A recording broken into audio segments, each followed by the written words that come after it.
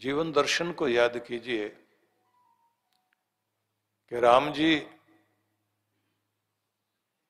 को पता लगा कि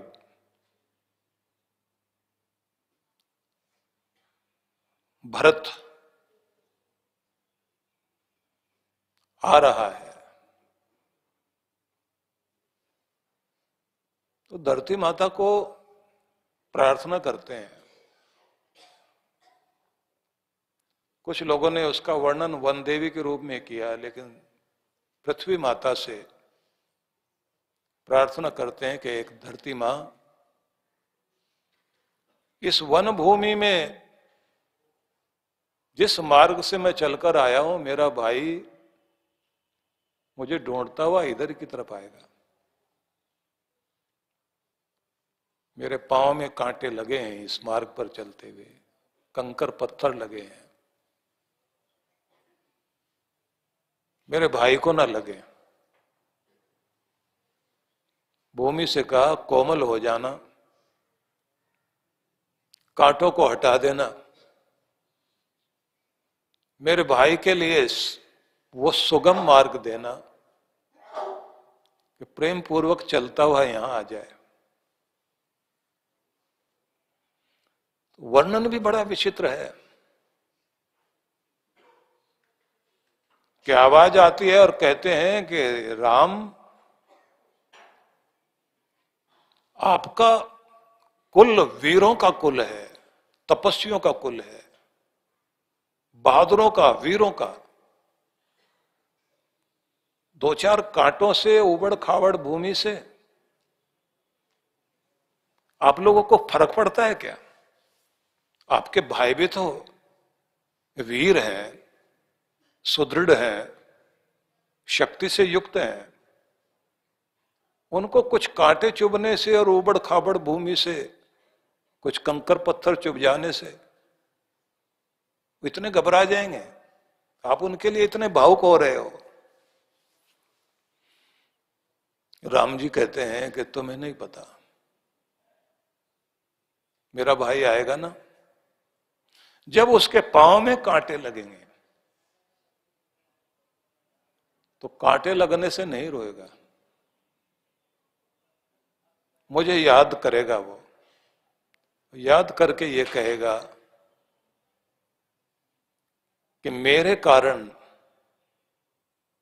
मेरी मां ने मुझे राज्य दिलाने के कारण और राम जी को वन में भिजवा दिया, मेरे कारण मेरे भाई को, मेरे राम को इतने सारे कांटे चुभे होंगे, कैसा कैसा दर्द सहा होगा कि अपने कांटे लगने से वो जब रोएगा और मुझे याद करके रोएगा कि मेरे भाई ने कितनी तकलीफें सही होंगी।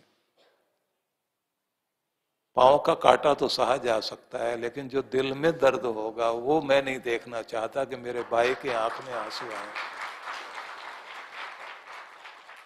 मेरा भाई मुझे याद करके रोए कि मेरी वजह से मेरे भाई को कितनी तकलीफ हुई और कैसे कैसे 14 साल दुख भोगेगा, 14 वर्षों तक उसको पीड़ा होगी। कि इसलिए कांटे हटा देना उसके रास्ते से।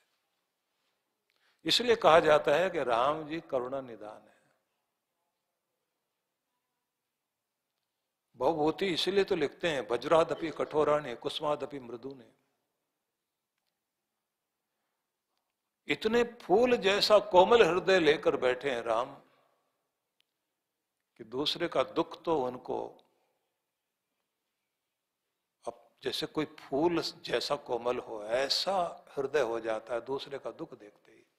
लेकिन जब कभी वो अपने ऊपर संकट देखते हैं, कष्ट देखते हैं, तो कहते हैं कि उस समय पत्थर जैसे कठोर हो जाते हैं।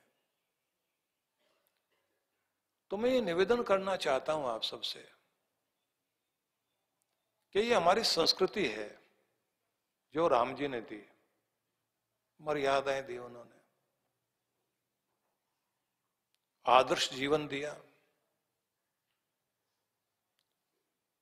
आदर्श राज्य कैसा होना चाहिए, आदर्श राजा कैसा होना चाहिए, आदर्श भाई कैसा होना चाहिए, आदर्श बेटा कैसा होना चाहिए।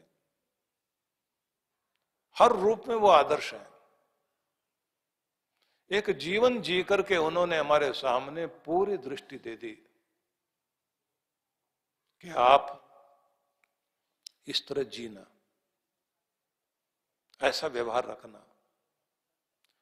जिन घरों में झगड़े हैं वो लोग राम कथा सुन लेते हैं तो उनके कितने कितने ऐसे उदाहरण आते हैं।